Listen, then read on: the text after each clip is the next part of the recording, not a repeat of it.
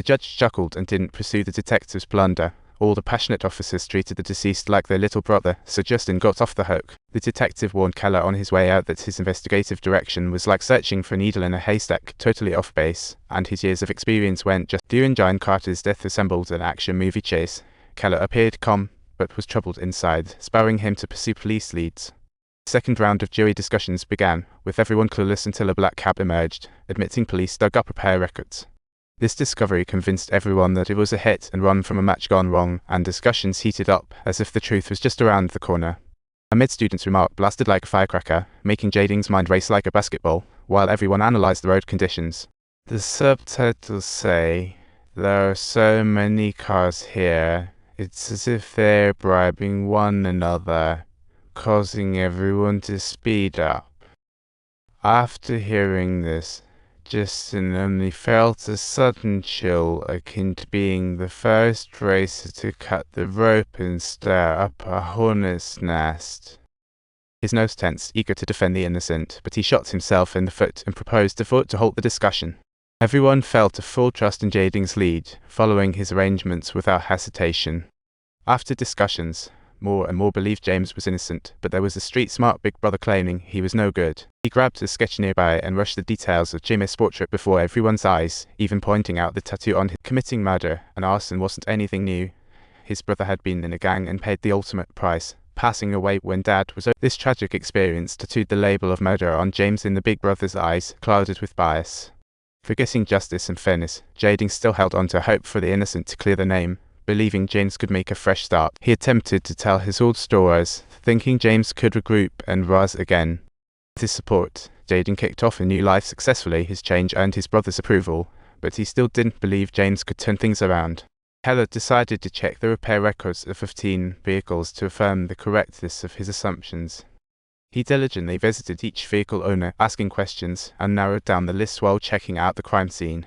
A swarm of roaring vehicles sent shivers down his spine, thinking, was today's thriller just a setup for something scarier tonight? If things were this thrilling by day, what about the chances tonight? Keller couldn't help but doubt himself. Was his steadfast direction really wrong? He specifically sought out a nearby old fellow for a chat and got a fresh perspective. Could it be that the police have good intentions yet still end up doing wrong? Did you happen to see any other photos? No. They just need me to confirm. I am truly happy. Everyone is so honest and sincere. Keller felt utterly helpless, like he'd been bullied again. In the eyes of this lonely old fellow, the truth seemed somewhat optional.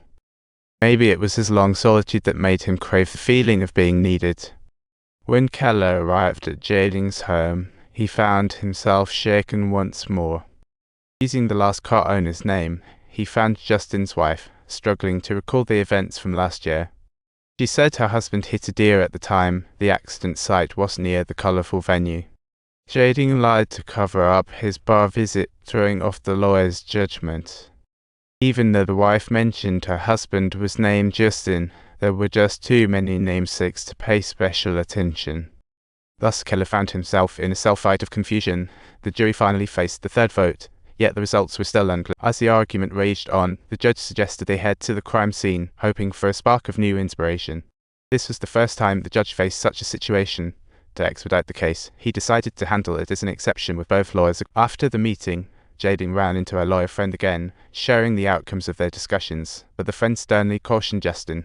If he kept advocating for James, the case would linger unresolved, now becoming a focal point of a hit and run. The media would be all over this case, definitely reviving it until they caught the real culprit. Plus, the jury was endlessly exploring the truth. If professional lawyers and cops stepped in, Jading would face life imprisonment. Jading realized he'd been focused on saving James while ignoring his own situation.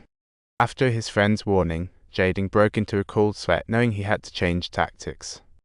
Upon returning home, he furiously explained everything to Kate, and after confirming his wife received fake evidence, Jading finally sighed in relief. But his absent-minded demeanor simply couldn't deceive his wife's keen eyes. "Did you do it?" Duster asked. "Did you drink? Tell me." No, I didn't drink, I swear. I stopped and bought a drink, but I didn't touch it. I merely bought it but didn't drink. Why do you trust me and believe what I say?